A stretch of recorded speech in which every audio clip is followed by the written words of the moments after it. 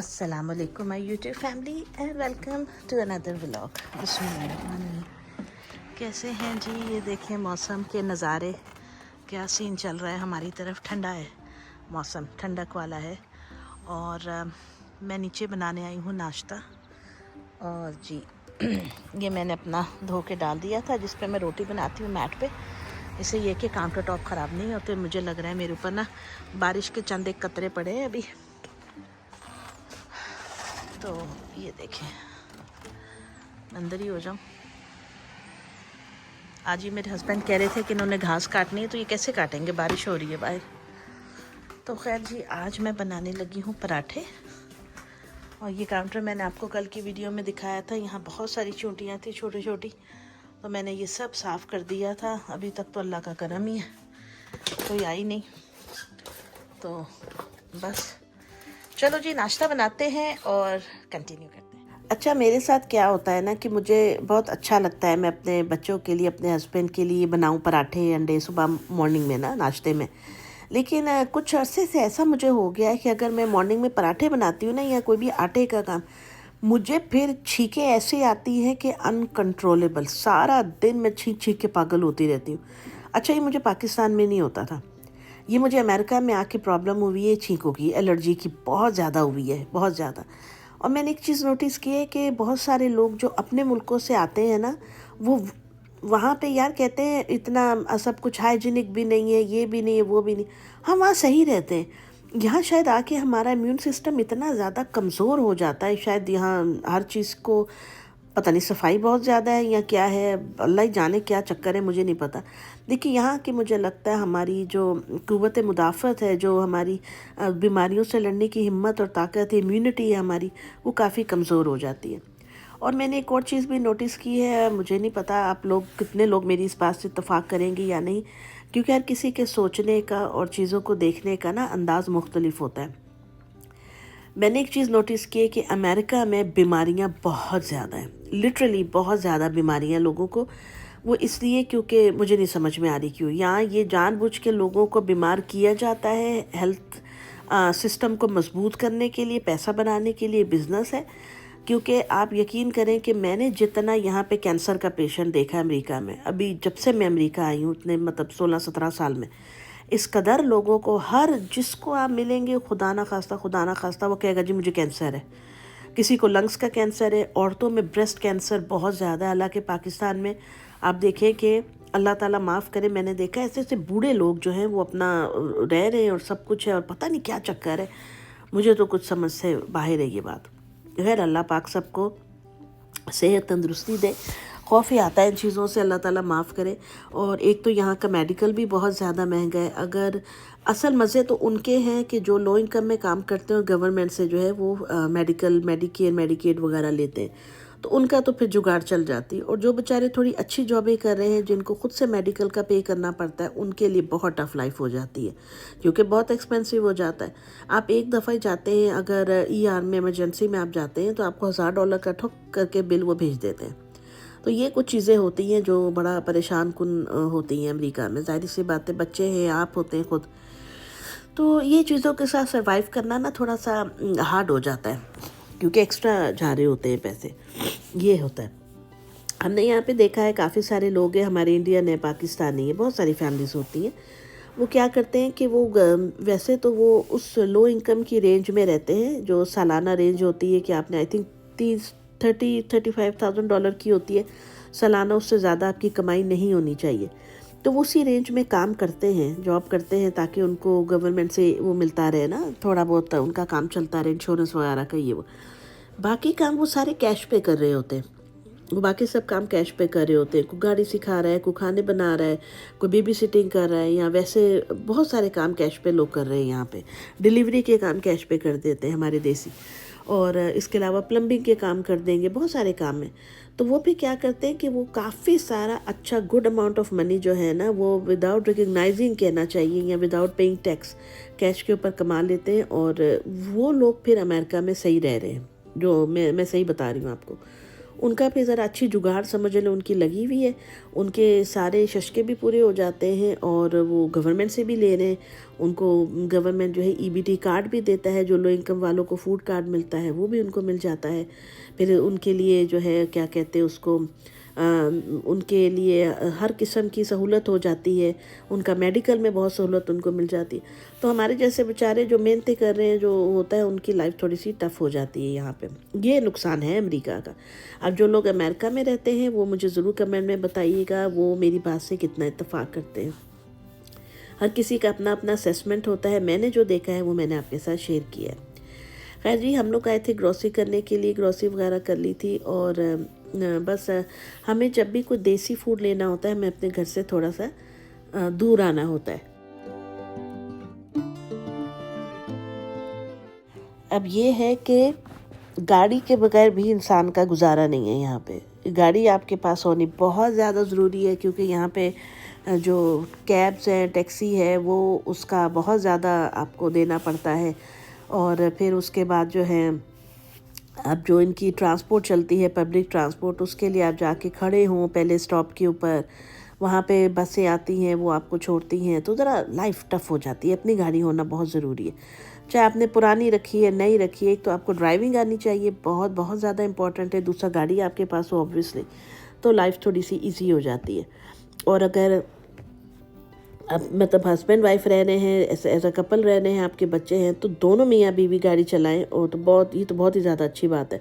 ताकि अगर husband job पे गए हुए या आपने जॉब करनी है तो एक दूसरे के मोहताजीन और बच्चों के भी सारे काम होते रहें। तो इस तरीके से जो है ना ये बैलेंस बना रहता है।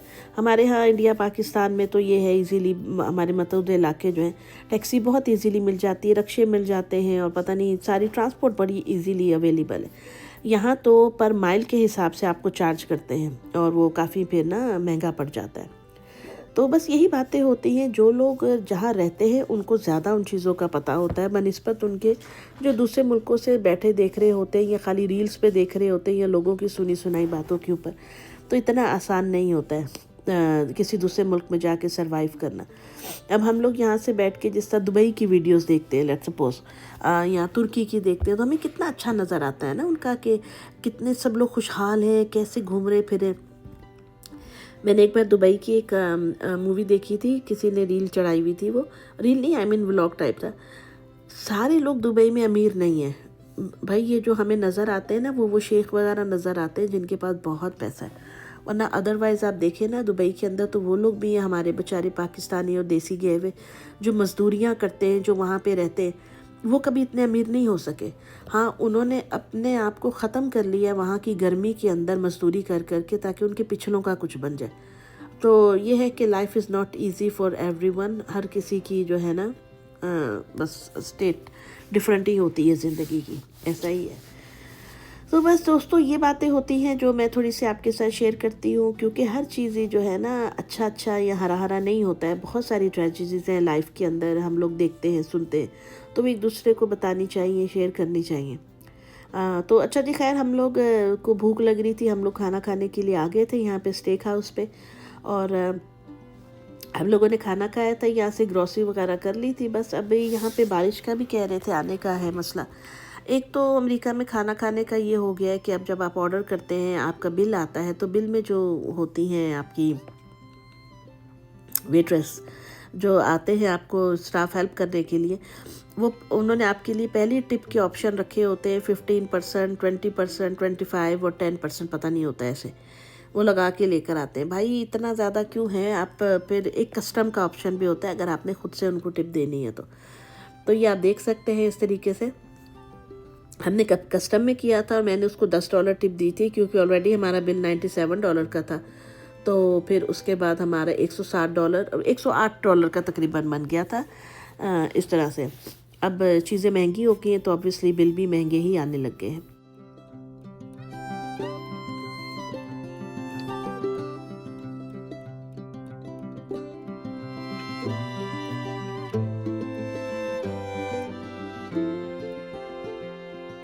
ओके, अच्छा जी, ये मैं जी जानी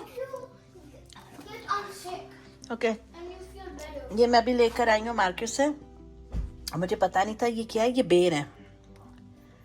ये बेर है बड़ी मज़े की खट्टी मीठी सॉस में, and they are so tasty. छोटे छोटे बेर हैं और बहुत मज़े के हैं ये मैंने खोल दी कर। यार दे आर सो टेस्टी।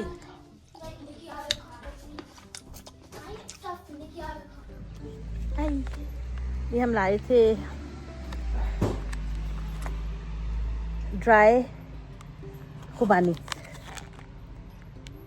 ये तुर्की की है, बड़ी ज़बरदस्त है। आज मैं ट्राई करती हूँ। हबीबा आ जाओ, मैं खोल रही हूँ। क्या? हाँ जी, इसको भी खानी है। Yeah, I'm waiting for her. But at least let me open ना। ये मुझे याद है पाकिस्तान में इसको कहते थे चमड़ी। चमड़ी। ये कैसे बन रही है फिल्म? सही है? Do you think? शक्ल ऐसी अजीब सी क्यों आ रही है? क्योंकि आपको उसके आगे कुछ गिरा आपका नाक ना। हाँ, ऐसा क्यों हो रहा है? क्योंकि मम्मा आपको स्टफी नोज है ना। हाँ, अच्छा खाओ। मैं आप पहले खाएं। मैं तो ये लूँगी। बिस्मिल्लाहिर्रहमानिर्रहीम। ये क्या है? एप्रिकॉट है बेटा, ड्राई एप्रिकॉट। It's good. ये वो ड्रामा था ना मेरे सुल्तान, उसके अंदर वो जो बादशाह होता है ना, वो जो बादशाह सलामत की सहेलियाँ आती है ना उनके रूम में वो सब नाश्ते में खुबानियाँ, अखरोट और इसके ऊपर क्रीम और शहद लगा के खाता है। You don't like it? Why? यार बहुत मजेदार है। देखो अल्लाह की शान, हम अमेरिका में बैठे हैं और तुर्की का फल खा रही हूँ मैं। सुभान अल्लाह, अल्हम्दुलिल्लाह, बहुत मज़े की हैं। तो वो मुझे याद है, वो ड्रामा मेरे सुल्तान पाकिस्तान में बड़ा हिट हुआ था। वेल बादशाह इस्लाम थोड़ी चीटर टाइप थे, बट इट्स ओके। ये वो है। अच्छा ये देखो, ये मेरी एप्रिकॉट, ये मैंने चीज़ के ऊपर डाला हनी। मैंने पूरा ड्रामे वाला सीन किया हुआ है ऐसे, आए हाय। और इसके साथ ये अखरोट। जिसने वो ड्रामा देखा है मेरे सुल्तान, उसको याद आ गया। ये मैं खा लगी हैं। बिस्मिल्लाहिर्रहमानिर्रहीम।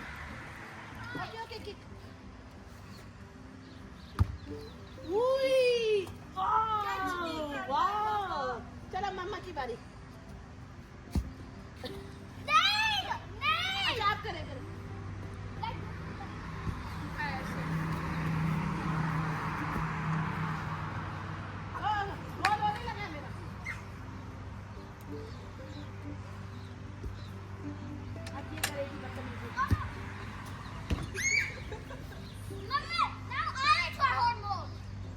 मेरा गोल उधर है।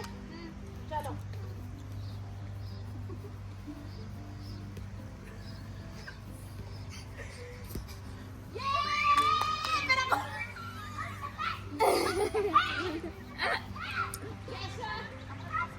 हो गया, मैं जीत गई, बस हार गए दोनों। तो दोस्तों ये थी आज की वीडियो। बच्चों के साथ टाइम स्पेंड करने का अपना ही मज़ा होता है। खैर आपको ये वीडियो कैसी लगी मुझे कमेंट में ज़रूर बताइएगा। मिलूंगी आपसे नेक्स्ट वीडियो में, तब तक अपना ख्याल रखिएगा, दुआ में याद रखिएगा। अल्लाह हाफिज़।